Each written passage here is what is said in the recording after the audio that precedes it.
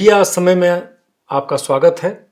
आज हम बातचीत करेंगे मणिपुर के एक विख्यात संस्कृत पुरुष के साथ, जो इतिहास विधा के गहरे अध्येता हैं, professor N Lokendra Singh ji. N Lokendra Singh ji का जन्म मणिपुर में 1956 में हुआ और उनकी जो उच्च शिक्षा है वह दिल्ली में हुई। उन्होंने संत स्टीफेंस कॉलेज से बीए इतिहास में ऑनर्स किया, फिर जेएनयू से उन्होंने एमए किया, फिर दिल्ली विश्वविद्यालय से एमफिल किया और मणिपुर विश्वविद्यालय से उन्होंने पीएचडी की। और उसके बाद 1987 में वे मणिपुर विश्वविद्यालय में सहायक प्रोफेसर बने और बाद में प्रोफेसर बने। फिर वे वहाँ विभागाध्यक्ष बने, इतिहास विभाग के डीन बने मानविकी और समाज विज्ञान विद्यापीठ के, और 2021 में वे वहाँ कुलपति बने। जैसा कि मैंने आरंभ में ही निवेदन किया कि इतिहास के वे बड़े अध्येता हैं, तो इतिहास में ऐसी किताबें उन्होंने रची हैं जिनसे एक नई रोशनी पड़ती है, उनकी नई इतिहास दृष्टि का पता चलता है। उनकी एक किताब है अ क्वाइट वैली, एक और उनकी किताब है Manipur and second world war, एक उनकी तीसरी किताब है उनकी खुद की लिखी हुई land use system in Manipur hills. इसके अलावा इतिहास संघ हिस्ट्री एसोसिएशन में उन्होंने जो अध्यक्षीय वक्तव्य दिया था वह भी उपलब्ध है, प्रकाशित है, Manipur and Naga hills during second world war and beyond. इसके अलावा कई किताबों का उन्होंने संपादन भी किया है। सर, आपका बहुत बहुत स्वागत है मीडिया संवाद में। North east India history association के आजीवन सदस्य हैं, तो मेरी एक सहज जिज्ञासा है कि जो 7 सिस्टर्स हैं या आप 8 सिस्टर्स हैं, जो पूर्वोत्तर भारत का इतिहास अब तक लिखा गया है वह आधा अधूरा है, यथार्थ से दूर है, उसमें क्या कमियां हैं? और वे कमियां, चूंकि आप इतिहास आपका अनुशासन है, उन्हें दूर करने के क्या उपाय होने चाहिए? Thank you very much. Actually, Northeast India History Association was founded in the year 1979, and the membership of this association is not confined only to the students of history. Academics and scholars from other disciplines of social sciences and humanities can also become member of this association. So far, we have had 41 annual sessions, and the entire proceedings, 41 volumes of the proceedings of Northeast India History Association has already been published, and Indian Council of Historical Research has been funding the annual conference as well as the publication of the proceedings. Now, so far as the question of the history writing tradition of Northeast India is concerned, except for the Brahmaputra Valley, Manipur Valley, and Tripura, where there had been, long-standing practices of record keeping, these 3 places have got their own chronicles. In Manipur, we have the Saitharul Kumbaba or the Royal Chronicle, where the scribes of the kings of Manipur used to enter important events which happened in the kingdom as early as the 33 AD. And Assam also has got their own, Burunjis, where all these important historical events had been, recorded. Similarly, for Tripura also, they have got, their own chronicle. Now, actually, most of these states, 8 states in Northeast India, except for the princely states of Manipur and Tripura, were earlier a part of the undivided Assam. And, starting from the 1972 onwards, when the states of Manipur and, say, Mizoram, were begun to be established as full-fledged statehood, many other states, they've started, say, coming up. So, British colonization of Northeast Indian states. Initially, the British administrators were interested in using the large, like virgin land tracts in the Brahmaputra and the Surma Valley for the plantation of tea, because tea was a very popular, say, beverage in England and other European countries, and England used to actually spend a lot of money in the buying of Chinese tea, and the British traders were actually interested, in finding out an alternative source of tea, and that's how, because there was a drastic drain, in the revenue of England. So they were interested in using the vast riverine, vacant tracts of land in the Brahmaputra and the Surma Valley, and that's how tea plantations started. Along with the tea plantations, they started operating in the timber forest, as well as in, say, petroleum. So gradually they started penetrating into the hill areas. And with this came the Christian missionaries, and the missionaries were interested in penetrating into the hill areas.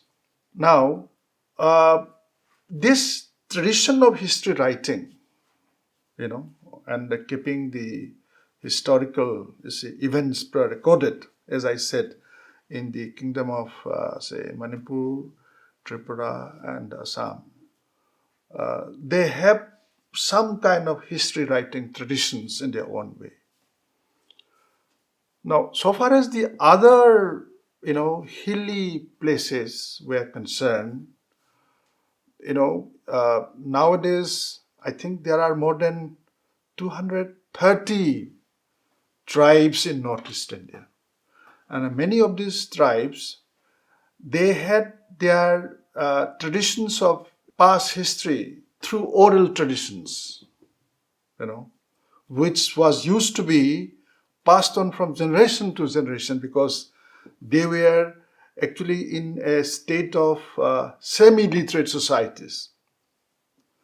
And most of these oral traditions, if we go deeper into the system of their practices, these were practiced in an inviolable way, you see.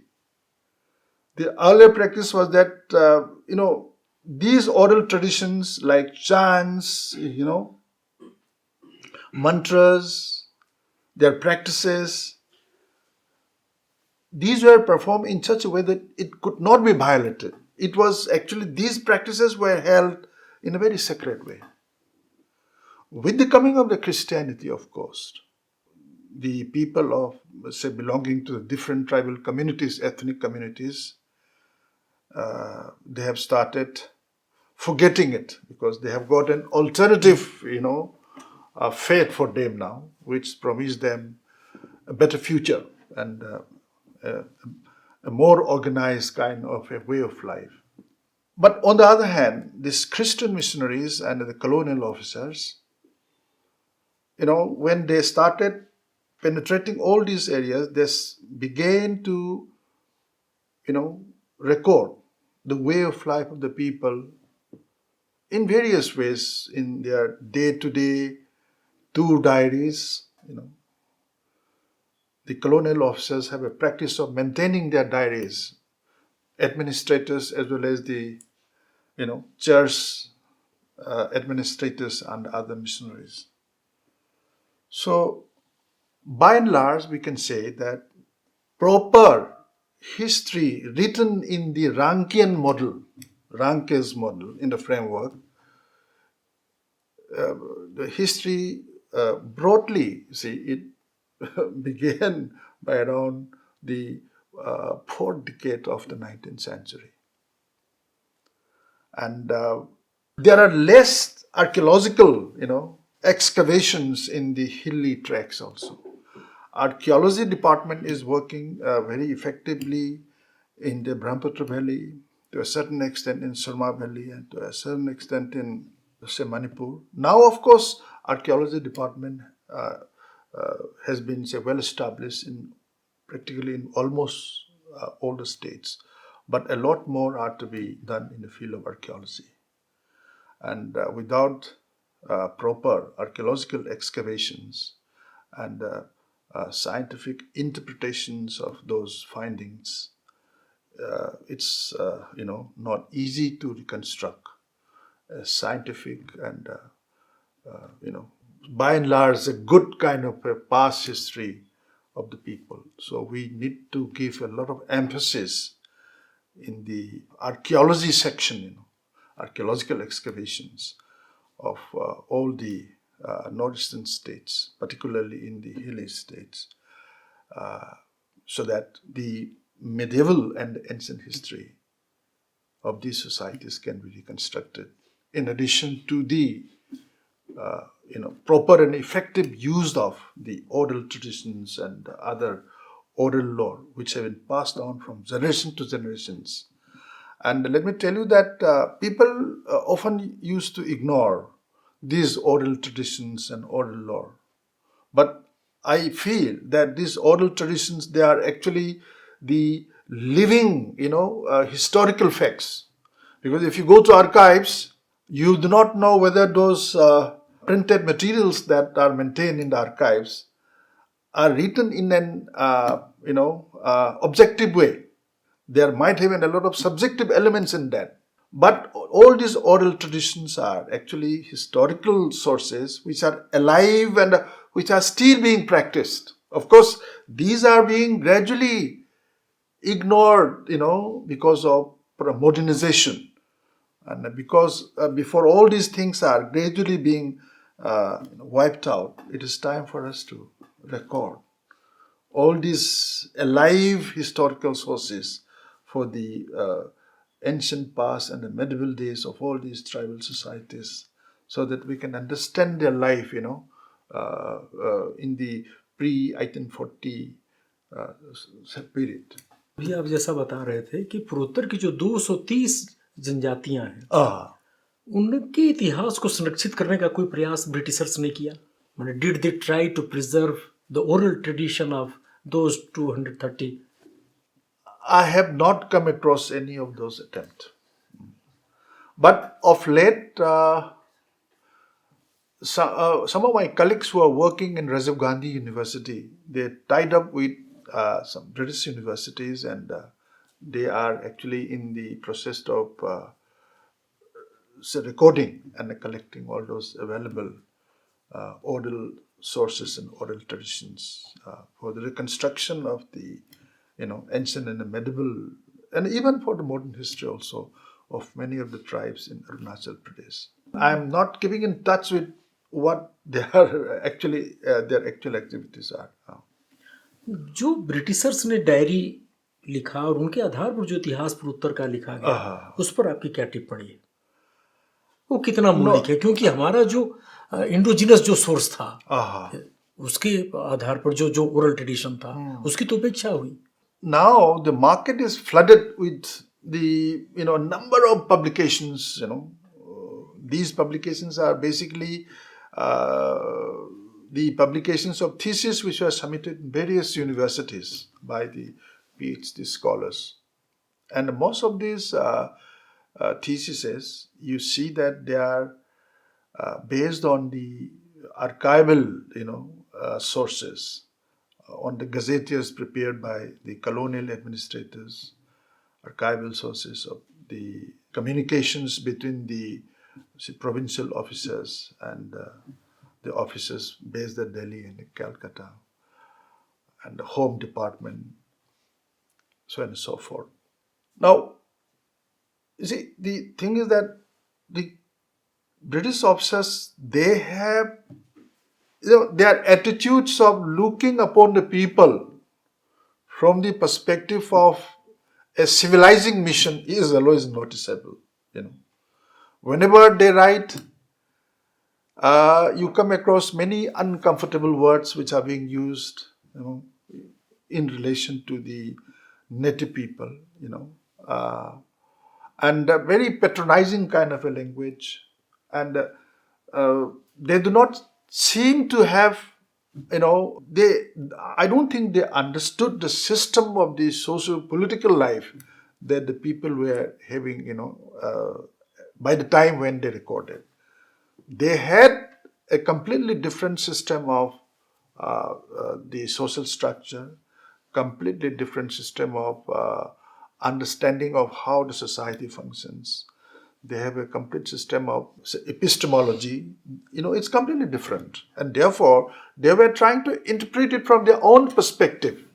But I don't think that these people, they understood the way of how the people live in this part of the country. Because these people have been living for centuries, for millennium in this part of the country. And without understanding their, socio-cultural system so properly, obviously they will not be able to have, good appreciation of their system. किसी भी समुदाय But they were using force, they were using law in order to enforce the system of governance that they want to apply to the people, to the native people, because basically they were interested in using the labor for the plantation of tea, then for the exploitation of forest resources, then for the creation of a large supply of labor which can be used in the construction of roads and railways, then for the maintenance of their governance in this part of the country. लेकिन ये है कि जो उन जनजातियों का इतिहास, जैसा कि भी आप बता भी रहे थे, कोई भी इतिहास तो एक तो सामाजिक सांस्कृतिक जीवन होता है, उससे समझे बगैर इतिहास नहीं लिखा जा सकता। सोशियो कल्चरल जो लाइफ उनका पॉलिटिकल सिस्टम है, उसी तरह से इतिहास तो शौर्य का होता है, पराक्रम का होता है, बहादुरी का होता है।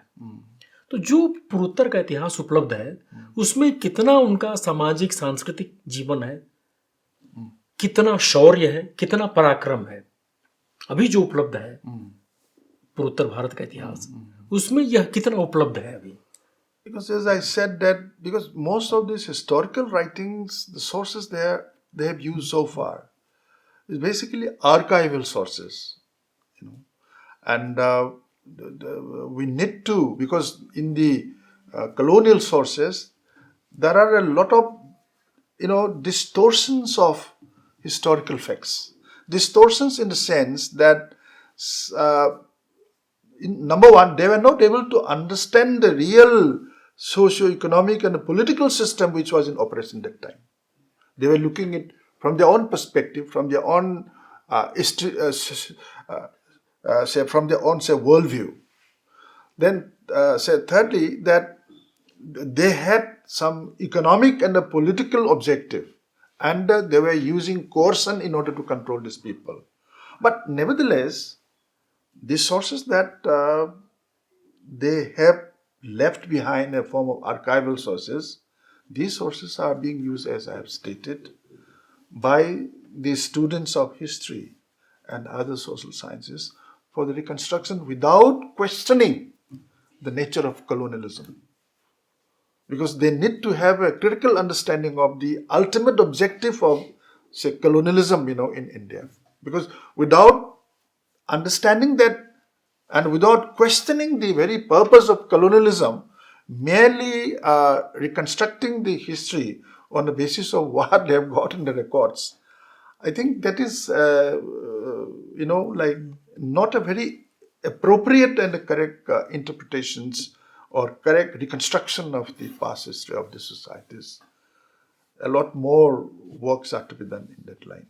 ब्रिटिश साम्राज्यवाद का जो उद्देश्य था वो स्पष्ट था। वो चाय की खेती करने आए, उनको पूर्वोत्तर के लोगों को चाहिए था कि जो श्रमिक का काम करें, जैसा कि आप बता रहे थे। लेकिन जो मौखिक परंपरा रही है, जो इतिहास पीढ़ी दर पीढ़ी सुरक्षित रही है, उसको संरक्षित करने के उपाय कितने हुए हैं अभी तक? Now, of course, because in our annual conference of the associations, a large number of students from all these universities, they have started reconstructing their past history before, I think, 30s also on the basis of these oral sources and oral traditions.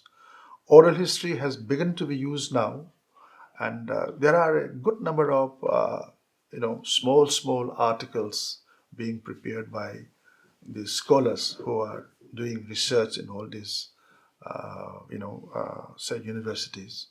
And I think oral history has begun to play a very important role for the reconstruction of the ancient and the medieval history of the different ethnic communities in Northeast India. That is why history is actually a very popular subject in all the universities in Northeast India. It's very much in demand. पूरे देश में है, सिर्फ north east में नहीं, पूरे देश में। इतिहास एक है भी, इतिहास तो एक तरह से भाई अस्थाई पत्रकारिता है। मुझे लगता है कि जिस तरह से पत्रकारिता रोजाना की घटनाओं को दर्ज करने का इतिहास है, तो इतिहास तो अस्थाई पत्रकारिता है। मैं ये जानना चाहता हूँ कि पूर्वोत्तर भारत में जो आधुनिक काल, ये तो आप कह रहे हैं कि जो मौखिक परंपरा से जो श्रुति परंपरा है उसको संरक्षित करके कुछ विद्यार्थी लिख रहे हैं, आगे बढ़ रहे हैं। लेकिन मध्यकाल का, प्राचीन काल का इतिहास, आधुनिक काल में तो ब्रिटिश साम्राज्यवाद ने जो शोषण किया, आर्थिक शोषण किया, और मिशनरीज ने जो धर्मांतरण करा अपने उद्देश्य को हासिल करने के लिए, उसका कितना असर पड़ा आधुनिक पूर्वोत्तर में, आधुनिक समाज में? the role of this missionaries and Britishers.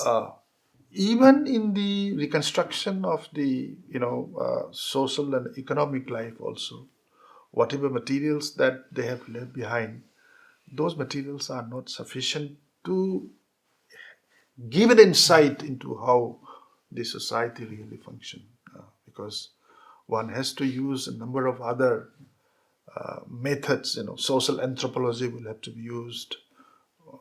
The oral history has to be used. Oral traditions have to be used, because all these sources and evidences, they have to be pulled together in order to have some kind of a comprehensive kind of an understanding of the process of historical evolution.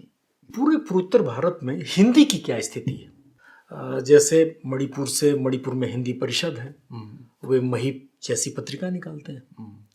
Guwahati से हिंदी के बड़े बड़े हिंदी दैनिक निकलते हैं। पूर्वोदय एक हिंदी दैनिक है, पूर्वांचल प्रहरी है, सेंटिनल है, वहाँ कई साहित्यिक पत्रिकाएं भी हैं। केंद्रीय हिंदी संस्थान ने समन्वय पूर्वोत्तर जैसी पत्रिका निकाली है। और उन पत्रिकाओं में जो इतिहास आता है, वहाँ की जो संस्कृति आती है, उनका वहाँ का जो जनजातीय जीवन आता है, उससे कुछ पता भी चलता है। लेकिन उसके साथ साथ वो इतनी गौरवशाली संस्कृति है पूर्वोत्तर की। मणिपुरी नृत्य पूरी दुनिया में मशहूर है। उसी तरह से भूपेन हजारिका और पूरे विश्व विख्यात है। एक से एक रंगकर्मी हुए हैं मणिपुरी में, और असम में भी हुए हैं। ककबरक में कितना मूल्यवान साहित्य लिखा गया, खासी में, गारो में, बोडो में। तो ये जो वहाँ की सांस्कृतिक संपन्नता है, वह तथाकथित मुख्य धारा से क्यों दूर रही है? और हिंदी किस तरह से एक पुल का काम कर सकती थी या कर रही है, या क्या करना चाहिए? The status of Hindi in the state of Arunachal Pradesh is very good, I must say. They speak very fluently and they speak very correctly also, because I think the role of the Ramakrishna Mission is very important in that. वहाँ हिंदी पढ़ाई भी जाती है अरुणाचल में, 8वीं तक तो अनिवार्य है। And even in Assam, in all districts of Assam, because there is, a lot of command of the people, in Hindi language, even in Assam. Nagaland also they are speaking, say, Nagamis, which is because a person who knows Nagamis, that means that they can understand Hindi. In Manipur, I think practically everyone understand. The only thing is they don't speak. They may not be speaking very correct Hindi. That's why they are not able to use it properly. But because the influence of the Hindi cinema, Hindi song, and the interaction of people, Hindi speakers with local people, is so deep. They understand it, and the Hindi speakers also they speak Manipuri language.